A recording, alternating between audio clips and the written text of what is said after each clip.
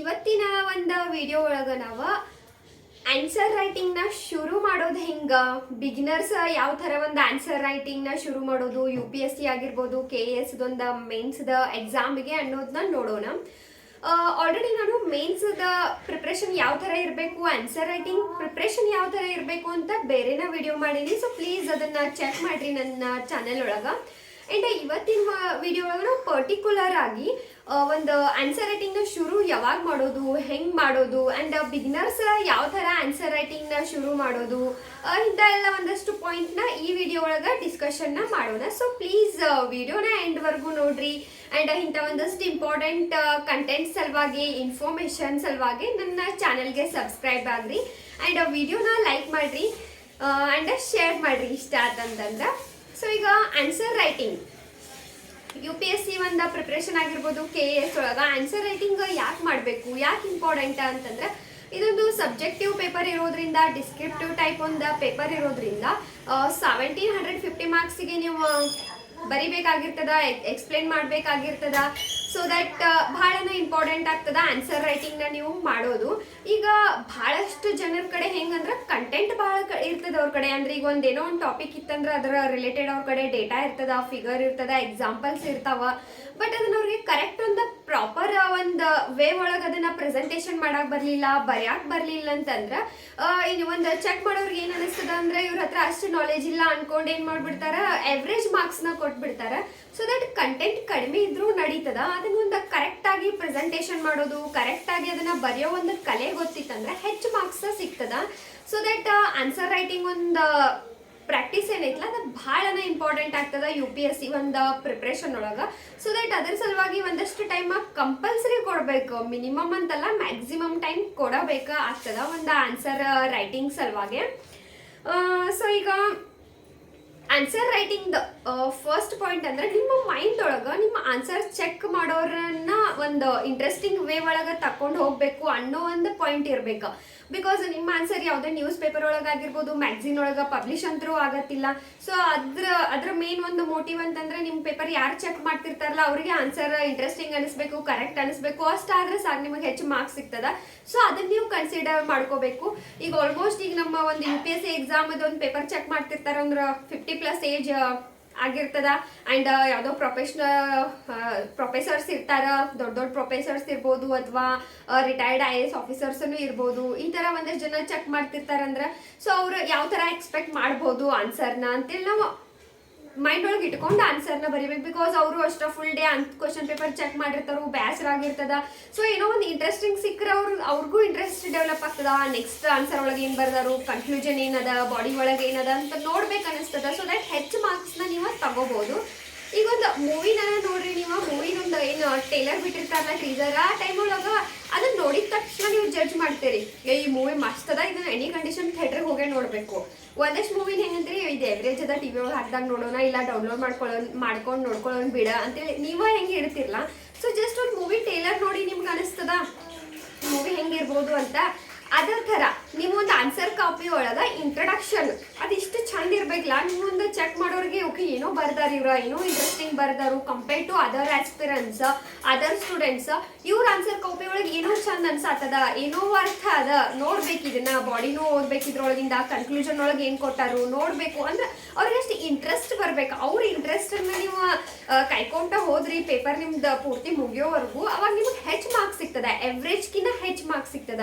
But ಬಹಳಷ್ಟು students ಇದೊಂದು problem ಏನಂದ್ರೆ ಪುವರ್ ಆನ್ಸರ್ ರೈಟಿಂಗ್. ಅವ್ರ ಕಡೆ ಬಹಳಷ್ಟು ಇನ್ಫಾರ್ಮೇಶನ್ ಇರ್ತದ, ಬಟ್ ಅದನ್ನ ಕರೆಕ್ಟ್ ಅವ್ರಿಗೆ ಪ್ರೆಸೆಂಟೇಷನ್ ಮಾಡಕ್ ಆಗಂಗಿಲ್ಲ. ಸೊ ದಟ್ ಚೆಕ್ ಮಾಡೋರ್ಗೆ ಅನಿಸ್ತದ ಇವ್ರ ಹತ್ರ ಜಾಸ್ತಿ ನಾಲೆಜ್ ಇಲ್ಲ, ಅಂಡ್ ಎಲ್ಲಾರ್ದು ತರನ ಸೇಮ್ ಆನ್ಸರ್ ಕಾಪಿ ಅದ ಅಂತ ಹೇಳಿ ಎವ್ರೇಜ್ ಮಾರ್ಕ್ಸ್ನ ಕೊಡ್ತಾರ. ಸೊ ಅದರಿಂದ ಭಾಳ ಪ್ರಾಬ್ಲಮ್ ಆಗ್ತದ. ಆನ್ಸರ್ ರೈಟಿಂಗ್ ಅನ್ನ ಇಂಪ್ರೂವ್ ಮಾಡ್ಕೋಬೇಕಾಗ್ತದ. ಅಂಡ್ ಈಗ ಯಾವಾಗ ಆನ್ಸರ್ ರೈಟಿಂಗ್ ನ ಒಂದು ಸ್ಟಾರ್ಟ್ ಮಾಡೋನು ಅಂತಂದ್ರೆ ಒಂದು ಬೇಸಿಕ್ ಕಾನ್ಸೆಪ್ಟ್ ಕ್ಲಿಯರ್ ಆಗಿರ್ಬೇಕು. ಜಸ್ಟ್ ಅಟ್ಲೀಸ್ಟ್ ಒಂದು NCERT ಬುಕ್ಸ್ ಆಗಿರ್ಬೋದು. ಈಗ ಪಾಲಿಟಿ ಅಂದ ತಕ್ಷಣ ಫಂಡಮೆಂಟಲ್ ಡ್ಯೂಟೀಸ್ ಏನ, ರೈಟ್ಸ್ ಏನ, ಕಾನ್ಸ್ಟಿಟ್ಯೂಷನ್ ಅಂದ್ರೆ ಏನಂತ ಗೊತ್ತಿರಬೇಕು. ಹಿಸ್ಟ್ರಿ ಒಳಗೂ ಒಂದಷ್ಟು ಬೇಸಿಕ್ ಎಲ್ಲ ನಿಮಗೆ ಕವರ್ ಆಗಿರಬೇಕು. ಜಾಗ್ರಫಿ ಒಳಗೂ ಅಷ್ಟೇ ಬೇಸಿಕ್ ಎಲ್ಲ ಒಂದು ಪೋರ್ಷನ್ ಕವರ್ ಆದ ತಕ್ಷಣ ನೀವು ಆನ್ಸರ್ ರೈಟಿಂಗ್ನ ಸ್ಟಾರ್ಟ್ ಮಾಡಬಹುದು. ಬಟ್ ಹಂಗಂತೇಳಿ ಪೂರಾ 100% ಸಿಲೆಬಸ್ ಕವರ್ ಆದ್ಮೇಲೆ ನಾ ಆನ್ಸರ್ ರೈಟಿಂಗ್ ಪ್ರಾಕ್ಟೀಸ್ ಮಾಡ್ತೀನಿ ಅಂದ್ರೆ ಭಾಳ ತಪ್ಪಾಗ್ತದ. ಬಿಕಾಸ್ ಪೂರ್ತಿ ನಿಮ್ದೊಂದು ಎಲ್ಲ 100% ಸಿಲೆಬಸ್ ಮುಗಿಬೇಕಂತಂದ್ರೆ 1 ಇಯರ್ ಆಗಿರ್ತದ. ಅಷ್ಟೊತ್ತಿಗೆ ನಿಮ್ ಕಣ್ಮುಂದ್ ಪ್ರಿಲಿಮ್ಸ್ ಬಂದ್ ನಿಂತಿರ್ತದ. ಪ್ರಿಲಿಮ್ಸ್ ಆದ ತಕ್ಷಣ ನೆಕ್ಸ್ಟ್ ಮೇನ್ಸ್ ಇರ್ತದ. ಸೊ ಮೇನ್ಸಿಗೆ ಅಗೇನ್ ನೀವು ರಿವಿಷನ್ ಅದು ಮಾಡೋದು ಬಹಳನ ಇರ್ತದ. ಸೊ ದಟ್ ಆನ್ಸರ್ ರೈಟಿಂಗು ಅಷ್ಟೇ ಜೊತೆ ಯಾವಾಗ ಒಂದು ಟಾಪಿಕ್ ಮುಗಿಸ್ತಿರಲ್ಲ ಅದ್ರ ಜೊತೆನ ಆನ್ಸರ್ ರೈಟಿಂಗ್ ನಿಮ್ದು ಪ್ರೊಸೆಸ್ ಸ್ಟಾರ್ಟ್ ಇರಬೇಕು. ಸೊ ಬೇಸಿಕ್ ಆಗಿ ಕವರ್ ಮಾಡ್ಕೊಳ್ರಿ. NCERTs ಇಂದ ಆಗಿರ್ಬೋದು, ಒಂದಷ್ಟು ಬುಕ್ಸ್ ಇಂದ ಒಂದು ಬೇಸಿಕ್ ನಾಲೆಜ್ ನಿಮಗೆ ಆ ಸಬ್ಜೆಕ್ಟ್ ಬಗ್ಗೆ ಬಂತು, ಅದ್ರ ರಿಲೇಟೆಡ್ ಏನೋ ಕ್ವಶನ್ ಬಂದ್ರೆ ಏನಾರ ಆಗ್ಬಲ್ದಾಗ ನಾವು 4 ಪಾಯಿಂಟ್ ಬರಿತೀನಿ ಅದ್ರ ಮೇಲೆ ಅಂತೇಳಿ ನಿಮಗೆ ಯಾವಾಗ ಅನಿಸ್ತದಲ್ಲ ಅವಾಗ ನೀವು ಸ್ಟಾರ್ಟ್ ಮಾಡ್ರಿ. ಬಟ್ ಪೂರಾ 100% ಸಿಲೆಬಸ್ ಕವರ್ ಆದ್ಮೇಲೆ ಬರಿತೀನಿ ಈ ತರ ತಪ್ಪನ್ನ ಮಾಡಬೇಡ್ರಿ. ಅಂಡ್ ಈಗ ಎಲ್ಲಿಂದ ಮಾಡೋದು ಆನ್ಸರ್ ರೈಟಿಂಗ್ ಪ್ರಾಕ್ಟೀಸ್ ಅನ್ನೋದು ಒಂದು ಕಾಮನ್ ಕ್ವೆಶನ್. ಬಿಕಾಸ್ ಜಸ್ಟ್ ಇನ್ನ 100% ಸಿಲೆಬಸ್ಸು ಆಗಿಲ್ಲ, ಏನೂ ಆಗಿಲ್ಲ, ಡೈರೆಕ್ಟ್ ನಾ ಟೆಸ್ಟ್ ಸೀರೀಸ್ ಜಾಯಿನ್ ಆಗ್ತೀನಿ ಅಂದ್ರೆ ಅದು ದುಡ್ಡು ವೇಸ್ಟ್ ಆಗ್ತದ. ಬಿಕಾಸ್ ಇನ್ನ ನಿಮ್ದು ಪ್ರಿಪ್ರೇಷನ್ನು 100% ಆಗಿರಂಗಿಲ್ಲ, ಆನ್ಸರ್ ರೈಟಿಂಗ್ ಪ್ರಾಕ್ಟೀಸು ಆಗಿರಂಗಿಲ್ಲ. ಸೊ ಆನ್ಸರ್ ರೈಟಿಂಗ್ ಪ್ರಾಕ್ಟೀಸ್ ಸಲುವಾಗಿ ನಾವು ಮಾಕ್ ಟೆಸ್ಟ್ ಅಟೆಂಡ್ ಮಾಡೋದು ಆ ಥರ ಮಾಡಬಾರ್ದು. ಅಟ್ಲೀಸ್ಟ್ ಒಂದಷ್ಟು 50-60% ನೀವು ಪ್ರಾಕ್ಟೀಸ್ ಮಾಡಿ ಮನೆಯೊಳಗೆ ಕಲಿತ ಆಮೇಲೆ ನೀವು ಮಾಕ್ ಟೆಸ್ಟನ್ನ ಅಟೆಂಡ್ ಮಾಡ್ರಿ ಅಂದ್ರೆ ಅವಾಗ ಮತ್ತೆ ಏನೋ ಸಣ್ಣ ಮಿಸ್ಟೇಕ್ಸ್ ನೀವು ಅವಾಗಲೇ ಚೆಕ್ ಮಾಡಿ ನಿಮಗೆ ಅದ್ರ ಬಗ್ಗೆ ಹೇಳ್ತಾರೆ. ಅವಾಗ ನಿಮಗೆ ಇನ್ನೂ ಇಂಪ್ರೂವ್ ಮಾಡ್ಕೊಳ್ಳಿಕ್ಕೆ ಹೆಲ್ಪ್ ಆಗ್ತದ. ಸೊ 0 to ನೀವು ಪೂರಾ 100% ಮಾಕ್ ಟೆಸ್ಟ್ ಒಳಗೆ ಮಾಡ್ತೀರಿ ಅಂತಂದ್ರೆ ಅದು ಬಹಳಷ್ಟು ಟೆಸ್ಟ್ ಸೀರೀಸ್ ಜಾಯಿನ್ ಆಗಬೇಕಾಗ್ತದೆ. ಸೊ ಅದು time waste and money waste. So that at least ಒಂದು 60% ಆನ್ಸರ್ ರೈಟಿಂಗ್ನ ನೀವು ಮನಿ ಒಳಗೆ ಸ್ವತಃ ನೀವನ್ನ ಪ್ರಿಪೇರ್ ಮಾಡ್ಕೊಂಡ್ರಿ ಅಂದ್ರೆ ಬೆನಿಫಿಟ್ ಆಗ್ತದ ನಿಮ್ಗನ. ಸೊ ಓಕೆ, ಯಾವ ಥರ ಮಾಡೋನು ಅಂದ್ರೆ ಈಗ NCERT book ಓದ್ತಿರ್ತೀರಿ 6th, 7th, 11th, 12th ಎಲ್ಲ, ಅದ್ರ ಹಿಂದನ ಕ್ವಶನ್ ಆನ್ಸರ್ ಕೊಟ್ಟಿರ್ತಾರೆ. ಕ್ವಶನ್ ಕೊಟ್ಟಿರ್ತಾರೆ. ಸೊ ಆ ಕ್ವಶನ್ನ ತಗೊಳ್ರಿ ಅಂಡ್ ಆನ್ಸರ್ ಬರಕ್ಕೆ ಟ್ರೈ ಮಾಡ್ರಿ. ಒಂದೊಂದ್ಸತಿ ನೆನಪು ಬರಂಗಿಲ್ಲ. ಈಗ ಒಂದು ಲೆಸನ್ ಓದಿರ್ತೀರಿ, ಸಡನ್ ಆಗಿ ಹೋಗಿ ಹಿಂದಿನ ಕ್ವಶನ್ ಬರೀತೀನಿ ಅಂದ್ರೆ ಆನ್ಸರ್ ನೆನಪು ಬರಂಗಿಲ್ಲ. ಅಗೇನ್ ಬುಕ್ ಮತ್ತೆ ಲೆಸನ್ ಓದ್ರಿ, ಏನು ಹೆಸಿಟೇಷನ್ ಮಾಡ್ಕೋಬೇಡ್ರಿ. ಅಯ್ಯೋ ಈಗ ಓದಿನಿ ನಂಗೆ ನೆನಪ ಉಳಿಲಿಲ್ಲ ಅಂತ ಹೆಸಿಟೇಷನ್ ಆಗೋ ಅವಶ್ಯಕತೆ ಇಲ್ಲ. ಅಗೇನ್ ಹಿಂದೋಗ್ರಿ, ಓದ್ರಿ, ನೋಡ್ಕೊಂಡು ಅದನ್ನ ಆನ್ಸರ್ ಬರೀರಿ. ಅವಾಗ ಏನ್ ಕೆಲಸ ಆಗ್ತದ? 2 ಕೆಲಸ ಆಗ್ತದ. ಫಸ್ಟ್ ಒಮ್ಮೆ ಓದಿರ್ತೀರಿ, ಆ ಆನ್ಸರ್ ಸಲುವಾಗಿ ಇನ್ನೊಮ್ಮೆ ತೆಗಂತಲೇ ರಿವಿಷನ್ ಆಗ್ತದ. ಅಂಡ್ ರಿವಿಷನ್ ಆದ ತಕ್ಷಣ ಅದನ್ನ ಆನ್ಸರ್ ನೀವು ಬರೀತೀರಿ, ಮುಗಿದ್ ಪರ್ಫೆಕ್ಟ್ ಆಗ್ಬಿಡ್ತದ. ಅದನ್ನ ಮತ್ತೊಂದ್ಸತಿ ನಿಮಗೆ ಜಸ್ಟ್ ಯಾವಾಗೋ ಒಂದು 3 months ಆದ್ಮೇಲೆ ಒಂದು ಸಣ್ಣ ರಿವಿಷನ್ ಕಣ್ಣು ಹಾಯಿಸಿದ್ರು ಸಾಕ, ಒಂದು ಪಾಯಿಂಟ್ ನಿಮಗೆ ಮೈಂಡ್ ಒಳಗೆ ಉಳಿತದ. ಸೊ ಮೂರ್ ಕೆಲಸ ಅಟ್ ಅ ಟೈಮ್ ಆಗ್ತಾವ. ಸೊ NCERT ಹಿಂದಿನ ಕ್ವಶನ್ಗಳನ್ನ ಸಾಲ್ವ್ ಮಾಡ್ಕೊಳ್ರಿ. And then second thing is reference book ಹಿಂದೆ ಒಂದು ಸ್ವಲ್ಪ ಕಡಿಮೆನೇ ಇರ್ತಾವ ಕ್ವಶನ್ ಸಿಗೋದು ಡೌಟ್. ಬಟ್ ಸಿಕ್ಕಿತ್ತಂದ್ರೆ ಅಲ್ಲಿಂದ ಸಾಲ್ವ್ ಮಾಡ್ಕೊಳ್ರಿ. ಅಂಡ್ ಪ್ರೀವಿಯಸ್ ಇಯರ್ ಕ್ವಶನ್ ಪೇಪರ್ನ ನಿಮ್ಮ ಜೊತೆನೇ ಇಟ್ಕೋರಿ ಒಂದು ಫಿಕ್ಸ್. ಈಗ ಏನಾರ ನೀವು ಒಂದು ಮಾಡರ್ನ್ ಹಿಸ್ಟ್ರಿ ಓದತ್ತಿದ್ರಿ, ಅದ್ರೊಳಗೆ ಯಾವ್ದಾರ ಒಂದು ಮೂಮೆಂಟ್ ಬಗ್ಗೆ ಓದಿದ್ರಿ ಅಂದ್ರೆ ಅದ್ರ ರಿಲೇಟೆಡ್ ಏನಾರ ಪ್ರೀವಿಯಸ್ ಇಯರ್ ಒಳಗೆ ಕ್ವಶನ್ ಬಂದಾವೇನು ಚೆಕ್ ಮಾಡೋದು, ಬಂದಿತ್ತಂದ್ರೆ ಅದನ್ನ ತೊಗೊಂಡು ಬರೆಯೋದು. ಕ್ವಾಲಿಟಿ ಒಂದು ಲೆಸನ್ ಓದ್ತಿರ್ತೀರಿ, ಆ ಲೆಸನ್ ಒಳಗೆ ಒಂದು ಚಾಪ್ಟರ್ ಮುಗಿದ ತಕ್ಷಣ ಅದ್ರ ರಿಲೇಟೆಡ್ ಏನಾರ ಕ್ವಶನ್ ಬಂದಾವೇನು ನೋಡೋದು, ಅದನ್ನ ಬರೆ ತೆಗಿಯೋದು. ಸೊ ಇದೇನಾಗ್ತದ? ಓದೋದು ಆಗ್ತದ, ರಿವಿಷನ್ ಆಗ್ತದ, ಆ್ಯಂಡ್ ಆನ್ಸರ್ ರೈಟಿಂಗ್ ಪ್ರಾಕ್ಟೀಸ್ ಆಗ್ತದ. ಸೊ ನೀವು ಆನ್ಸರ್ ಬರೆಯುವಾಗನ ಹೆಸಿಟೇಟ್ ಮಾಡ್ಕೋಬೇಡ್ರಿ, ಅಯ್ಯೋ ನಾ ಹಿಂದೆ ನೋಡಿ ಮತ್ತೆ ಬರೆಯತ್ತೀನಿ ಆ ಥರ. ಎಲ್ಲರದ್ದು ಫಸ್ಟ್ ಆನ್ಸರ್ ಯಾವಾಗೂ ಭಾಳ ವರ್ಸ್ಟ್ ಇರ್ತದ. ಸೊ ಫಸ್ಟ್ ಸ್ಟ್ಯಾಂಡರ್ಡ್ ಅಂತೇಳಿ ಯಾರ್ದು ಇರಂಗಿಲ್ಲ. ಸೊ ನಿಮ್ಗೆ ಆನ್ಸರ್ ಬರಲಿಲ್ಲ ಅಂದ್ರೆ ಅಲ್ಲೇ ಹಿಂದೆ ನೋಡ್ರಿ, ಬರೀರಿ, ಈ ಥರ ಒಂದು ಪ್ರಾಕ್ಟೀಸ್ ಮಾಡ್ಬೋದು. ಆ್ಯಂಡ್ ಒನ್ ಮೋರ್ ಥಿಂಗ್ ಅಂತಂದ್ರೆ ಈ ಇನ್ಸೈಟ್ ಆನ್ ಇಂಡಿಯಾ ಆಗಿರ್ಬೋದು, ಇಂಥ ಒಂದಷ್ಟು ಸೈಟ್ ಡೈಲಿ ಕರೆಂಟ್ ಅಫೇರ್ಸ್ ನೀವು ಅಲ್ಲಿಂದ ರೀಡ್ ಮಾಡಿದ್ರಿ ಅಂದ್ರೆ ಪ್ರತಿಯೊಂದು ಆರ್ಟಿಕಲ್ ಕೆಳಗೆ ಅವ್ರ ಮೇನ್ಸ್ ಸಲುವಾಗಿ ಪ್ರಾಕ್ಟೀಸ್ ಕ್ವಶನ್ ಕೊಟ್ಟಿರ್ತಾರೆ. ಅಲ್ಲೇ ಮೇಲೆ ಆರ್ಟಿಕಲ್ ಓದ್ತೀರಿ, ಕೆಳಗಲ್ಲಿ ಕ್ವಶನ್ ಇರ್ತದ, ಅದನ್ನ ನೀವು ಸಾಲ್ವ್ ಮಾಡೋದು. ಬರಲಿಲ್ಲ ಅಂದ್ರೆ ಅಗೇನ್ ಹಿಂದೋಗ್ರಿ, ಆರ್ಟಿಕಲ್ ಓದ್ರಿ, ಮತ್ತು ಅದನ್ನ ಆನ್ಸರ್ ಬರೀರಿ. ಸೊ ನಿಮ್ಗೊಂದು ಕಾನ್ಫಿಡೆನ್ಸ್ ಬರ್ತದ. ಈ ಥರ ಒಂದು ಆನ್ಸರ್ ರೈಟಿಂಗ್ನ ನೀವು ಪ್ರಾಕ್ಟೀಸ್ ಮಾಡ್ಕೊಂತ ಹೋಗ್ಬೋದು. ಆ್ಯಂಡ್ ಈಗ ಯಾವಾಗಿಂದ ಆನ್ಸರ್ ರೈಟಿಂಗ್ ಪ್ರಾಕ್ಟೀಸ್ ಸ್ಟಾರ್ಟ್ ಮಾಡೋನು ಅಂತಂದ್ರೆ, ಈಗ May 28 ಎಕ್ಸಾಮ್ ಅದ, ನೆಕ್ಸ್ಟ್ 2023 ಸೊ ಈಗ ಆಲ್ಮೋಸ್ಟ್ ನಿಮ್ದೊಂದು ಬೇಸಿಕ್ ಕವರ್ ಆದ ತಕ್ಷಣ ಆನ್ಸರ್ ರೈಟಿಂಗ್ನ ಪ್ರಾಕ್ಟೀಸ್ ಮಾಡ್ರಿ. ದಿನಕ್ಕೊಂದು 2-3 ಮಾಡ್ರಿ.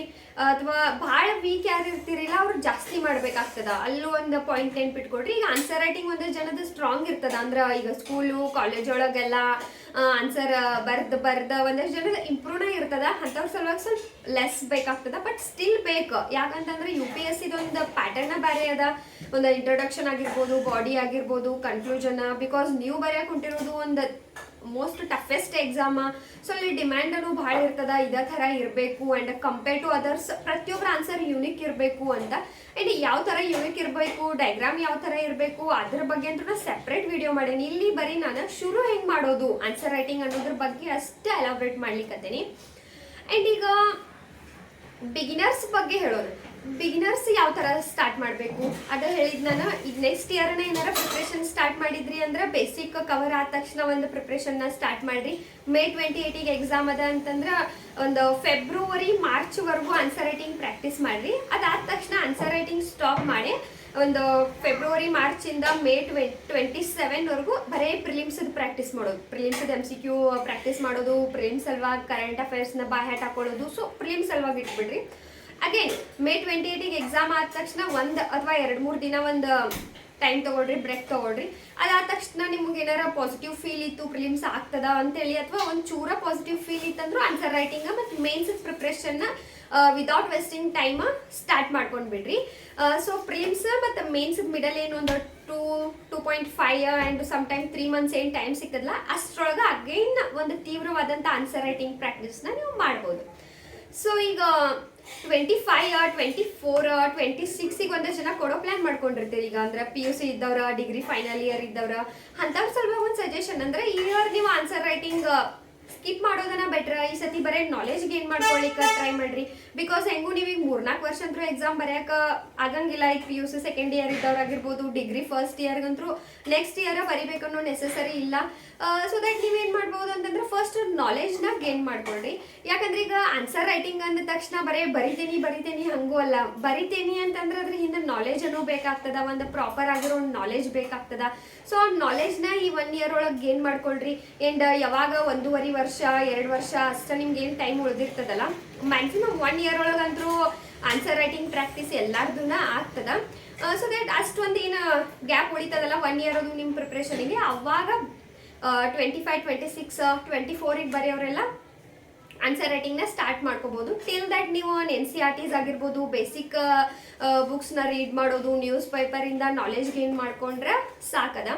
ಆ್ಯಂಡ್ ಈ ಆನ್ಸರ್ ರೈಟಿಂಗ್ ಐತ್ಲ ಇದು ಒಟ್ಟು ನೆಗ್ಲೆಕ್ಟ್ ಯಾರೂ ಮಾಡೋಕ್ಕೆ ಚಾನ್ಸ್ ಇಲ್ಲ. ಯಾಕಂದ್ರೆ ಪ್ರಿಲಿಮ್ಸ್ ಒಳಗೆ ನೀವು ಬೇಕಾದ್ರೆ 200 ತೊಗೊಂಡ್ರು ಅದು ನಿಮ್ದು ಫೈನಲ್ ರಿಸಲ್ಟ್ ಒಳಗೆ ಮಾರ್ಕ್ಸ್ ಕೌಂಟ್ ಆಗಂಗಿಲ್ಲ. So mains marks, interview marks ಅಷ್ಟೇ ಕೌಂಟ್ ಆಗ್ತದ. ಆ್ಯಂಡ್ ಮೇನ್ಸ್ ಮಾರ್ಕ್ಸ್ ಅನ್ನೋದು ಜಾಸ್ತಿ ಇರೋದ್ರಿಂದ 750 ಮಾರ್ಕ್ಸ್ 9 ಪೇಪರ್ಸ್ ಬರಿಬೇಕು ನೀವು. ಅದ್ರೊಳಗೆ 2 ಕ್ವಾಲಿಫೈಯಿಂಗ್ ನೇಚರ್ ಇರ್ತಾವ. ಬಟ್ ಸ್ಟಿಲ್ 7 ಪೇಪರ್ದಾರ ಮಾರ್ಕ್ಸ್ ನಿಮ್ಮದು ಕೌಂಟ್ ಆಗೇ ಆಗ್ತದ. ಸೊ ದಟ್ ಭಾಳ ಇಂಪಾರ್ಟೆಂಟ್ ಆಗ್ತೈತಿ. ಅದನ್ನು ನೀವು ನೆಗ್ಲೆಕ್ಟ್ ಮಾಡ್ತೇನೆ ಅಂತ ಹೇಳಿ ಬಿಟ್ರಿ ಅಂತಂದ್ರೆ ನಿಮಗೆ ನಾಲೆಜ್ ಇತ್ತು ಅದನ್ನು ತೊಗೊಂಡು ಏನು ಮಾಡೋದು, ನೀವು ಕರೆಕ್ಟ್ ನಮಗೆ ಅಲ್ಲಿ ಬರೀಲಿಲ್ಲ ಆ್ಯಂಡ್ ಕರೆಕ್ಟ್ ರ್ಯಾಂಕಿಂಗ್ ಬರಲಿಲ್ಲ, ಜಾಬ ಸಿಗಲಿಲ್ಲ ಅಂತಂದ್ರೆ ನಾಲೆಜ್ ತೊಗೊಂಡಾರ ಏನು ಮಾಡೋದ ಅಂದ್ರೆ ನಾಲೆಜ್ ಅದು ಯೂಸ್ ಆಗಬೇಕಲ್ಲ. ಸೊ ಆ ನಾಲೆಜನ್ನು ಯೂಸ್ ಮಾಡ್ಬೇಕಂತಂದ್ರೆ ಅದನ್ನು ಕರೆಕ್ಟಾಗಿ ನೀವು ಬರೆಯೋದನ್ನ ಪ್ರಾಕ್ಟೀಸ್ ಮಾಡಬೇಕು. ಆ್ಯಂಡ್ ಅದೇನು ದೊಡ್ಡ ಮಹಾವಿದ್ಯೆ ಅಂದ್ರೂ ಏನಿಲ್ಲ. ಬಿಕಾಸ್ ಒಂದು ಅಟ್ರಾಕ್ಟಿವ್ ನಮಗೆ ಒಂದು ಇಂಟ್ರೊಡಕ್ಷನ್ ಒಂದು 5-6 ಲೈನ್ ಒಳಗೆ ಕೊಟ್ಟ, ಒಂದು 10 ಲೈನ್ ಒಳಗೆ ಒಂದು body of the language, body of the ಒಂದು ಕಂಟೆಂಟ್ ಕೊಟ್ಟ, ಎಂಡಿಗೆ ಒಂದು ಕನ್ಕ್ಲೂಷನ್ ಒಂದು 5-6 ಲೈನ್ ಕೊಟ್ಟರೆ ಸಾಕು. ಬಿಕಾಸ್ ಮ್ಯಾಕ್ಸಿಮಮ್ 250 ವರ್ಡ್ಸ್ಗಿಂತ ಹೆಚ್ಚಂದ್ರೂ ಬರೆಯೋದು ಇರಂಗಿಲ್ಲ. ಅಷ್ಟರೊಳಗೆ ಆನ್ಸರ್ ಬರೀಲಿಕ್ಕೆ ಆರಾಮ್ ಕಲಿತೀರಿ. ಒಂದು 2 ಮಂತ್ಸ್ ಒಳಗೆ ಆರಾಮ್ ಪರ್ಫೆಕ್ಟ್ ಬರ್ತದ. ಸೊ ಪ್ರಾಕ್ಟೀಸ್ ಬೇಕಾಗ್ತದ ಅಷ್ಟ. ಆ್ಯಂಡ್ ಈ ಥರ ನಿಮ್ದೊಂದು ಆನ್ಸರ್ ರೈಟಿಂಗ್ ಇರಬೇಕು. And previous year question paper ಭಾಳನ ಇಂಪಾರ್ಟೆಂಟ್ ಆಗ್ತಾವ. ಆ್ಯಂಡ್ ಸಾಲ್ವ್ಡ್ ಬುಕ್ಸ್ ಸಿಗ್ತಾವೆ, ಸಾಲ್ವ್ಡ್ ಕ್ವಶನ್ ಪೇಪರ್ದು ಬುಕ್ಸ್ ಸಿಗ್ತಾವೆ. ಯಾವ್ದಾರ ನಿಮಗೆ ಇಷ್ಟ ಆಗಿದ್ದು ಪಬ್ಲಿಕೇಶನ್ ಬುಕ್ ನೀವು ತೊಗೊಳ್ಬೋದು. ಇದನ್ನ ತಗೋ ಅಥವಾ ಇದನ್ನ ತಗೊಳ್ರಿ ಅಂತ ನಾ ಸಜೆಸ್ಟ್ ಮಾಡಂಗಿಲ್ಲ. ಬಿಕಾಸ್ ಮಾರ್ಕೆಟ್ ಒಳಗೆ ಒಂದಷ್ಟು ಸ್ಟ್ಯಾಂಡರ್ಡ್ ಬುಕ್ಸ್ ಅದಾವ, ತಗೊಳ್ರಿ. ಅಲ್ಲಿ ಸಾಲ್ವ್ ಮಾಡಿದ್ದು ಇರ್ತಾವೆ. ಮೇಲೆ ಕ್ವಶನ್ ಇರ್ತದ, ಕೆಳಗೆ ಆನ್ಸರ್ ಇರ್ತದ. ಫಸ್ಟ್ ಕ್ವಶನ್ ನೋಡ್ರಿ, ನೀವು ಆನ್ಸರ್ ಬರೀರಿ. ನಿಮ್ಮ ಆನ್ಸರ್ ಜೊತೆ ಅಲ್ಲೇನು ಆಲ್ರೆಡಿ ಸಾಲ್ವ್ಡ್ ಆನ್ಸರ್ ಇರ್ತಾರಲ್ಲ ಅದನ್ನ ಕಂಪೇರ್ ಮಾಡ್ಕೊಳ್ರಿ. ನಿಮಗೊಂದು ಗೊತ್ತಾಗ್ತದ ನಂದು ಎಷ್ಟು ಲೆವೆಲ್ ಅದ ಅಂತ. ಅಗೇನ್ ಅದನ್ನ ಓದ್ರಿ. ಅದನ್ನ ಓದಾದ್ಮೇಲೆ ಮತ್ತೊಂದ್ಸತಿ ಅದನ್ನ ಬರೀರಿ. ಅವಾಗ ಮತ್ತೆ ನಿಮ್ಮ ಆನ್ಸರ್ ಒಳಗೆ ಇನ್ನೊಂಚೂರು ಇಂಪ್ರೂವೇಷನ್ ಸಿಗ್ತದ. ಈ ಥರನೂ ನೀವು ಪ್ರಾಕ್ಟೀಸ್ನ ಮಾಡ್ಕೋಬಹುದು. ಸೊ ದಟ್ ಕಂಟೆಂಟ್ ಗೊತ್ತಿದ್ರು ಅದನ್ನ ಒಂದು ಪ್ರೆಸೆಂಟ್ ಮಾಡೋ ವೇ ಐತ್ಲ ಅದು ಭಾಳನ ಇಂಪಾರ್ಟೆಂಟ್ ಆಗ್ತದ. And then final and most important tip ಅಂತಂದ್ರೆ ಟೆಸ್ಟ್ ಸೀರೀಸ್ ಮಾತ್ರ ಜಾಯಿನ್ ಆಗಬೇಕಾಗ್ತದ.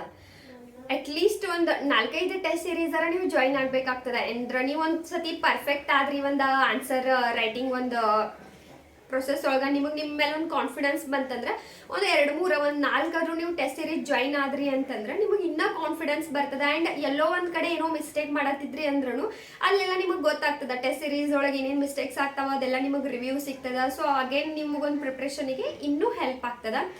ಸೊ ಐ ಹೋಪ್ ಈ ಒಂದು ಆನ್ಸರ್ ರೈಟಿಂಗ್ ಒಂದು ಇನ್ಫಾರ್ಮೇಷನ್ ನಿಮ್ಗೆ ಯೂಸ್ಫುಲ್ ಆಗೈತೆ ಅನ್ಕೋತೇನೆ. ನೆಕ್ಸ್ಟ್ ನಾವು ಇಂಗ್ಲೀಷ್ನ ಯಾವ ಥರ ಇಂಪ್ರೂವ್ ಮಾಡ್ಕೋಬೇಕು UPSC ಒಂದು ಪ್ರಿಪ್ರೇಷನ್ ಸಲುವಾಗಿ ಅನ್ನೋದ್ರ ಬಗ್ಗೆ ನೆಕ್ಸ್ಟ್ ವಿಡಿಯೋ ಒಳಗೆ ಸಿಗೋಣ. ಇಷ್ಟ ಆಯ್ತು ವಿಡಿಯೋ ಅಂದ್ರೆ ಪ್ಲೀಸ್ ವಿಡಿಯೋನ ಲೈಕ್ ಮಾಡಿರಿ. Thank you.